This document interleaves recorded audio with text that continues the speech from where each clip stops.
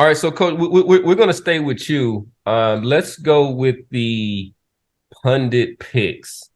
Give us your pick on the Tyson Fury Derek Chisora fight. I'll pull up the odds. I don't think we necessarily need to like give them, but do you who do you see winning? How do you see them winning? And what round if you think it's by knockout? Fury is going to stop this dude. Fury is going to stop this dude. I think you're going to see a focused. I think you're going to see an extremely focused Tyson Fury that is saying, I got to get this guy out of here quick, because the less time I'm in that ring, the more I'm going to have preserved to get this daggone undisputed from Usyk and possibly even defend it one time. Then I'm out of there. You know what I'm saying? So well, then I say he wants Joshua. He wants that Joshua fight. Right. I'm calling eighth round knockout by uppercut, possibly followed by a hook if that uppercut doesn't solidly get him. So I'm saying that a 4-3 gonna end this fight. All right. So just to give the Tyson Fury is a negative 2,500 favorite, so he's a 25-1 favorite, meaning that you would have to bet $2,500 to get back $100 on Tyson Fury, and Derek Chisora is a 10-1 underdog, plus 1,000, meaning that $100 bet will get you back $1,000 if he is able to pull off the upset. Let's go with you, the Boston Jared, I should say. Hey, let me drop it to seventh round. I'm sorry. Let me go from eighth to seventh round. Seventh round. What was the combo again? Uppercut, setting it up. I think all about that hook, man. All right. So go ahead, Boston. Yeah, this fight ends badly for Derek Chisora. Yeah, Dave stole my combo. I'm gonna go with just a straight uppercut. The same way that he did Dillian White, the same way he's gonna do Chisora. Uppercut in the sixth round flattens him in an utterly uncompetitive and uninteresting fight. And I hope that the British Board of Boxing Control comes under fire after the end of this fight. I hope that Chisora is okay and he has all his faculties at the end. He just don't have enough in the tank to make this fight even interesting. And I believe that there is something more to what you were saying, Cam, about Chisora not even being ranked. Why is this fight even being sanctioned? Chisora is ranked. Chisora is top 13. I think he's 13. Right, but not in the top 10. Top 10. Well, why are you as a champion? And like Cam said, why are you as a champion? Yeah, I mean, it's two UK fighters. So, but what has Derek Chisora? And look, I don't know all what the BBBFC's criteria is for not sanctioning fights versus fights that do get sanctioned. I don't think that this fight is in any way, shape, or form competitive. The same way, and just to go back to our show last week, the same way, after watching Anthony Yard beat that poor Eastern European kid around for 90 seconds, how does that fight even get sanctioned against a guy like Anthony Yard? You know, it's totally uncompetitive, uninteresting, and I believe this fight goes similarly. I think Fury maybe carries Chisora for the 3, 4, 5 rounds, gets him out of there in 6 with one punch, maybe even sooner. Fury in 6, uppercut. All right, the casual one. I'm going with 5. Price is right. I'm going with 5. The same uppercut. And then I was trying to prove a point. But I pulled up his damn his resume on BoxRec, and I was like, and then you saw that shit. You saw all that red. You saw that. I saw all that red, and I was like, I can't say it. But you know what I'm saying. But my point, what I was going to say, is the professor didn't fight back this hard when he heard that fucking Bud was fighting Avanesian out the blue. I mean, Ebenezer doesn't have. Yo, Avanesian's a top 3 guy. Avanesian's top 3. No, he ain't. Don't. Come on. Don't make him better. Don't. Where's Avanesian ranked? 5 or 6. Okay, well, top 5 guy. He's ranked higher than motherfucking Derek Chisora. He said top 3. He's 5 or 6. So it's still a fight that nobody's asked for. And what's Avanesian's record compared to Derek Chisora, man? Don't do this to yourself, man. I know you the casual. I know you the casual. But that doesn't excuse the fact that it's a fight that nobody asked for. It's a lot more competitive than Chisora Fury. So why are we even bringing this up? Nobody asked for. At least Chisora Fury is a fucking. It's a UK fight. It's a UK fight. So you see that and you be like, all right, I see what's happening. But you see Bud Crawford and Avanesian, you be like, how did that come about? That's because you've never seen David Avanesian fight. I've seen David Avanesian fight, and it's going to be a lot more competitive than Chisora. I mean, it's going to be more competitive than Chisora Fury. Okay, so what are we talking about? Then? Why are you? I'm saying, is it competitive enough to be like, okay, Bud should have fought? Bud should fight that guy right there. That he's done enough to fight the pound for pound best fighter in the world. The so-called. Well, who else? It's like who else is he going to fight? Boots didn't call his mandatory. 1, 2, Virgin and Virgin. What was the mandatory? What you mean? You said what? Hold on. You making arguments that Terrence Crawford didn't even make. So let's keep. What does that got to do with me making an argument? You're saying things that's different than what Crawford said. Crawford didn't make the excuses that you about to make right now. Well, what did Crawford say? Why did Crawford say he's not fighting? Let's keep it going, man. Let's keep it going. I don't want to make this conversation, man. Let's keep it right. All right, yeah. Because I'm ready for you tonight. You ain't not that bullshit. Yeah, I mean, I don't think that comparing David Avanesian nothing to fucking do with anything. The comparison I made was that those are 2 fights from champions that nobody asked for. That's what I'm saying. Fury, I tell you what, I'll say this. Fury had a lot more options at heavyweight than Bud had at welterweight. If we look at this list here. So I'm looking at the welterweight. So there's Ortiz. Because if I'm not mistaken, what's my man, the Juggernaut? What's his name? That's Joe Joyce? Joe Joyce. Isn't he a Queensberry fighter? Yeah. Isn't he managed by Frank Warren? I think that Where is he Doesn't Frank Warren have a relationship with Bob Arum? Isn't Tyson Fury co-managed by both Frank Warren and Bob Arum? So why aren't we getting that fight? Is Joe Joyce even ranked in the top 15? Joe Joyce? Come on, man. It's Joe. So I'm going right now just because I'm at the WBO. He's the interim champion. Tyson Fury is the WBC. So don't give me some shit from IBF. Well, I was just saying I was at WBC and tell me what Joe Joyce is. I was at WBO. It's a voluntary, Randy. He can fight whoever he wants. WBC and tell me where Joe Joyce is. Randy, it's a voluntary. It doesn't matter. He can fight whoever he wants. It's a voluntary. Exactly. So according to the WBC, why not fight Joe Joyce?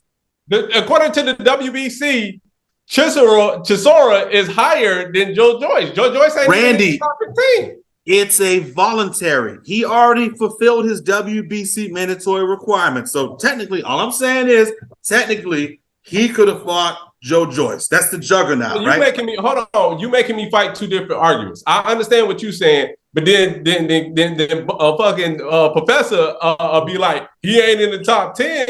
Well, Joe Joyce ain't in the top 15. Chisora is 13, at least in the WBC. So I can't fight both of y'all at the same time. So okay, well I'll let you fight Cam. All right, both of y'all come together and I come at you. All right, so your argument, even though Joe Joyce is the number 3, right? I mean, fighter when it comes to the ring, behind I don't. Where is Joe Joyce at in any of them? What's that again? Pull up box track. I mean, boxing scene. I got Tell a me boxing scene. No, he where is Joe Joyce not. I at. believe he's ranked in the ring. I believe is the only one. We're in the top 15 in the all four. So you telling me in all four sanctioning bodies, he's nowhere to be found. No, that's not true. One, he's the WBO, the interim heavyweight champion. Okay, And yeah. then he's number 3 when it comes to the ring heavyweight champions in there. And then for some reason, I'm not sure, but maybe there's something. But they dropped him out of the rankings. They said dropped out this month. They don't give any reason why. But if you're gonna sit, if you're gonna die on that sword, that Derek Chisora is a more formidable opponent than Joe. I didn't say that. I didn't say that. I'm going by what the. What I said was that you had somebody who was not in the top 10 in any sanctioning body. That's what I said. If you go and look at my argument, that's what I said. Okay, but we does not have that issue. But when you talking Fury, you talking one specific sanctioning body because he is only the WBC champion. You can't talk WBA, WBO, IBF. Yes, you can. Because he is considered is he not considered the lineal heavyweight champion? He is the WBC champ. Right, but that doesn't have to do it. This is a voluntary. That's got nothing to do with anything. You don't have to fight somebody in the WBC unless there's some rule that I'm not aware of. You could be right, but I never heard of that. My point was he's fighting somebody who would, and you pull up all of the sanctioning bodies. I don't care what it is, but it is a testament to what they have been doing lately and what their body of work speaks to. But let's go. So we have I guess we're going in order. We got 7-round knockout Coach, 6th-round knockout Boston, 5th-round knockout the casual one. You took my you took the one that I was going, because I don't really see him lasting. I think that he'll get softened up after 4 rounds, and with his, and I think everybody knows with Derek's crouching style that he is just really primed for uppercuts or anything that's coming from up under in there. And like you say, I think he's definitely at the end of his rope, and I'm gonna just go one earlier. I'm gonna just keep it going. So I'm gonna go 4th round knockout. I'm gonna go 4th round knockout. So I'm gonna say that he's gonna get softened up, and then at this time he's gonna get taken out by your boy Tyson Fury. And I think it's really just the kind of politics around this, and I just think that there was a lot of different fighters that he could have fought. I think Coach gives the kind of best assertion that, like, he understands that boxing is a dangerous sport, and heavyweight. The reason why Muhammad Ali always fought killers every time in the ring, because he said, listen, as a heavyweight, it could just take one bad night, and then you could see yourself lose. So, like, why don't I just risk it all against somebody who's good? So, when it comes to preservation, I think that he is looking at the road of least resistance, because he does want to solidify his legacy.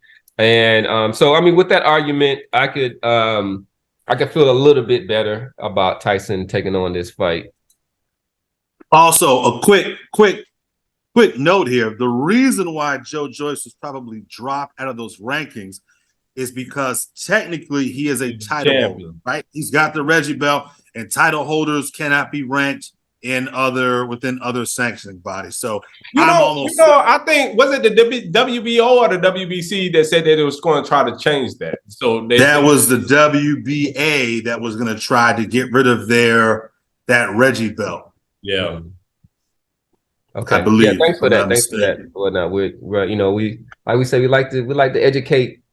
Because Joe Joyce was definitely ranked in like 3 or 4 of those sanctioning bodies before he crushed whoever that. What was Joseph Parker coming off of that Joseph Parker stoppage, right? Parker, yeah. I'll tell you what, I'm there for a Joe Joyce Tyson Fury fight. I'm clearing my schedule for that. I'll watch that shit. That's a good ass fight. I'll watch him Joe against. Joyce. I'll watch him.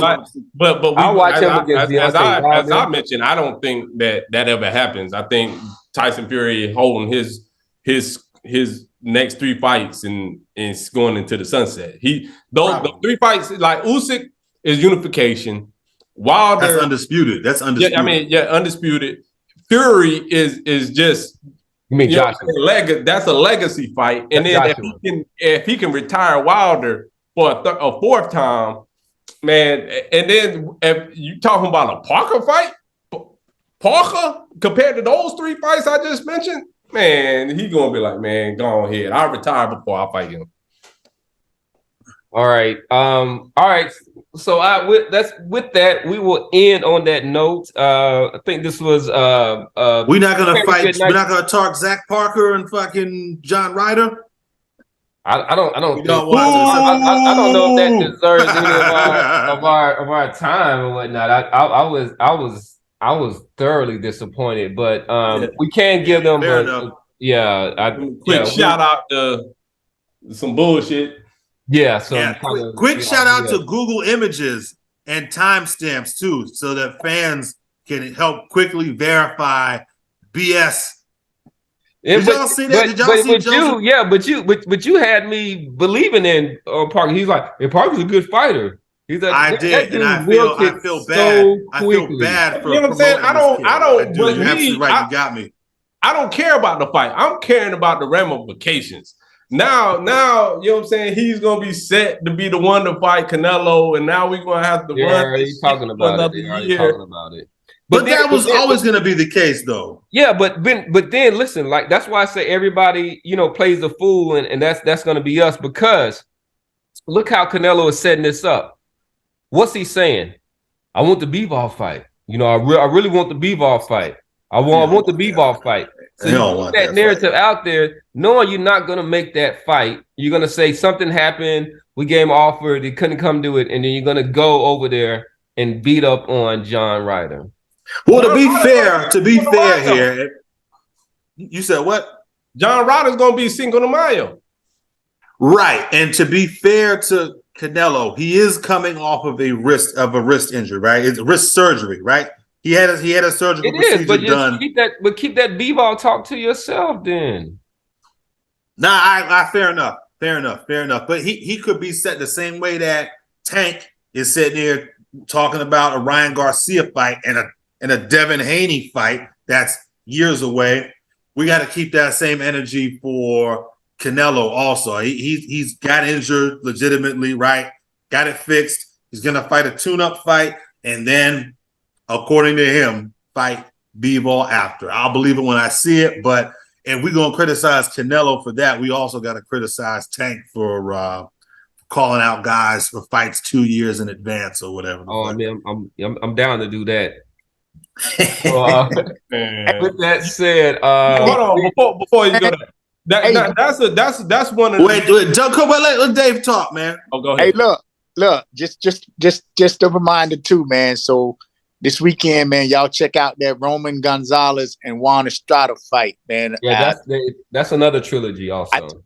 Dazzing, and right now, them jokers are 1-1, and definitely go back and check that trilogy out, man. You know what I'm saying? Estrada lost in 2012 and got a controversial split decision, I think, in like 2018. And then now here it is. They're getting ready to do it again for that tiebreaker. And I'll put my money on Estrada, man. Really? You got Estrada? Okay. All right. And then last thing I want to say, man, the sanctioning bodies need to have a hierarchy because as there is. No, it ain't. What do you mean a hierarchy? Sorry, go ahead, finish. I shouldn't have cut you off. That if a mandatory in the WBC should be higher in line than a mandatory in the WBO, like a hierarchy. No, that wouldn't be. I say that because you know what I'm saying. Like how long? If you the WBC champion, you could go 2-3 years before you defend that. Like so the WBC had the conclave a couple of months ago, and then they said that the winner the convention. What? My man said conclave. Well, You whatever. mean the convention? The convention, conclave. And what came out of that was the Benavidez plant, the winner of the Benavidez plant will have a mandatory against Canelo. And then they're saying that the Parker Ryder, the winner, was going to get the mandatory. And everybody that was for the WBO, though. That was WBO. But everybody know that Canelo's going to go to the WBO to defend the WBO belt before they go. Yeah. WBC. That's what I'm saying. There should be a hierarchy. You'd be like, no, the WBC said that the next fight that their champion will have to be their fight versus it's supposed to be chronologically is how it's supposed to go. And I believe, like if you look with the situation with Errol Spence, he won. He has not defended his IBF belt in X amount of years, I think. So the IBF is supposed to get called. Now, in a situation like with Devin Haney, when you win all 4 belts at the same time, maybe some kind of hierarchy. I'm not sure how that would work in a situation like Devin Haney, but usually fighters win belts 1 at a time, 2 at a time. So it's a lot easier. You can go chronologically. But everyone know the WBC reigns supreme. I mean, there is a hierarchy, just not officially. But then you got the step aside too. So if you pay a step aside, if you agree to that step aside, you should be going to the bottom. So that's what I think with the Staniosis situation was. Well, it's not that you go to the bottom, but you lose your ability to call that mandatory, which is also what happened with Stanionis. But Stanionis stepped aside once for the Ulgas Pacquiao fight. Anyhow, I don't want to go too far down that rabbit hole. We'll say that shit for another. That's for another show. All right, this is your man, Professor Nim, signing off for Coach Dave. The Casual Rand. And Boston Jared. Peace. Thank y'all for popping in for another popping episode. Like and subscribe. Don't just watch and not push the like button, man. Y'all niggas and comment too. Don't be scared. If you got something to say it with your chest. Say it with your chest. Right. Say it with your chest. That's right. I will respond too. If I feel like I'm gonna respond to your ass.